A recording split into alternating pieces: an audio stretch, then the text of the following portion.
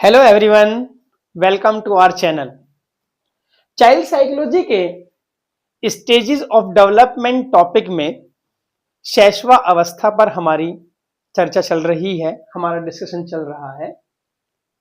अभी तक हमने शैशव अवस्था में शारीरिक विकास और शैशव अवस्था को क्या क्या कहते हैं यह जाना, फिर शैशव अवस्था की विशेषताओं के बारे में जाना। आज हम शैशव अवस्था में शिक्षा का स्वरूप कैसा हो यह जानेंगे। जैसा हमने पहले भी पढ़ा था, वैलेंटाइन महोदय ने शैशव अवस्था को सीखने का आदर्श काल कहा है। इसी संबंध में वाटसन महोदय कहते हैं कि शैशव अवस्था में सीखने की सीमा और तीव्रता विकास की किसी और अवस्था की तुलना में बहुत अधिक होती है। इन दोनों बातों को ध्यान में रखते हुए और भी मनोवैज्ञानिकों के तथ्यों को ध्यान में रखते हुए शैशव अवस्था की शिक्षा बहुत ज्यादा महत्वपूर्ण हो जाती है। तो यह शिक्षा कैसी हो, इसका स्वरूप किस प्रकार का हो, क्या क्या किस किस माध्यम से हमें यह शिक्षा दी जानी चाहिए, आज हम यह जानें। शैशव अवस्था में शिक्षा का स्वरूप, सबसे पहला बिंदु इसमें है उचित वातावरण। शिशु जो होता है वो अपने विकास के लिए शांत, स्वस्थ और सुरक्षित वातावरण चाहता है। इसलिए हमें स्कूल या विद्यालय और घर में ऐसा ही वातावरण उपलब्ध कराना चाहिए जिससे कि वह आसानी से सीख सके। दूसरा बिंदु है उचित व्यवहार। शिशु के साथ शिष्टता और सहानुभूति का व्यवहार करना चाहिए। नेक्स्ट है जिज्ञासा की संतुष्टि। शिशु बहुत जिज्ञासु होता है। जैसा कि हमने जाना था कि जैसे उसके पास कोई खिलौना होता है तो वह उसके पार्ट्स को अलग अलग कर देता है, यह उसकी जिज्ञासा की प्रवृत्ति को बताता है।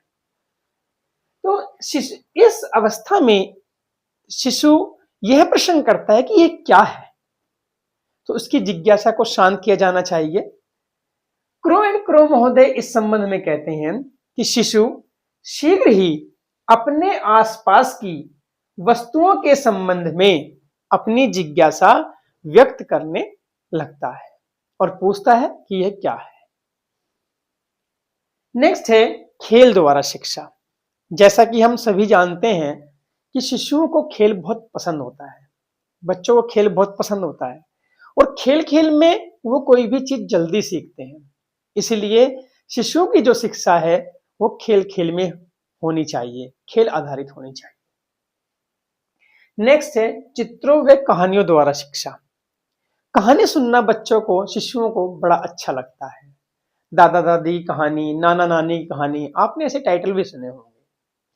लेकिन यदि ये कहानियां चित्रकथा के माध्यम से हो, यानी साथ में उसमें चित्र भी हो, तो यह शिशुओं को, बच्चों को क्या, बड़ों को भी अपनी ओर आकर्षित करता है। तो चित्रकथा के माध्यम से भी शिक्षा बहुत इंटरेस्टिंग और आकर्षक होती है। जैसा कि हम देखते हैं छोटे बच्चों की जो बुक्स आती हैं उन्हें बहुत सुंदर और बड़े बड़े चित्र बने होते हैं क्योंकि वो शिशुओं को अट्रैक्ट करते हैं। नेक्स्ट है क्रिया द्वारा शिक्षा, अर्थात लर्निंग बाय डूइंग, करके सीखना।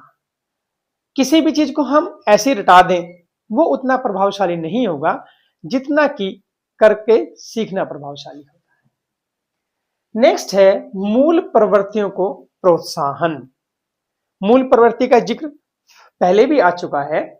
शिशु का जो व्यवहार होता है वह मूल प्रवृत्तियों पर आधारित होता है, इसलिए उसका दमन नहीं किया जाना चाहिए।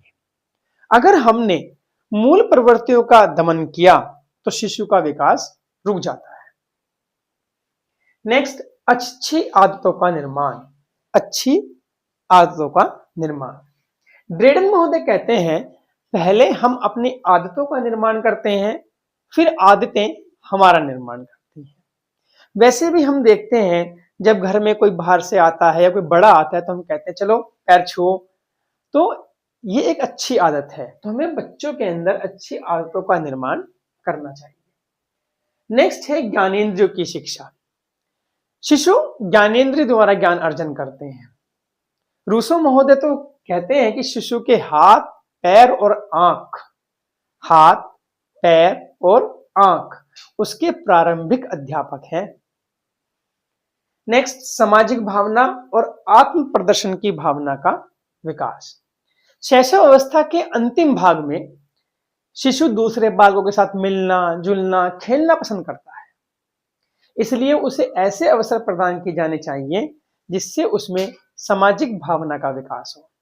उसमें आत्म प्रदर्शन की भावना भी बहुत प्रबल होती है, तो ऐसे भी अवसर प्रदान किए जाने चाहिए कि वह आत्म प्रदर्शन की भावना का भी विकास कर सके।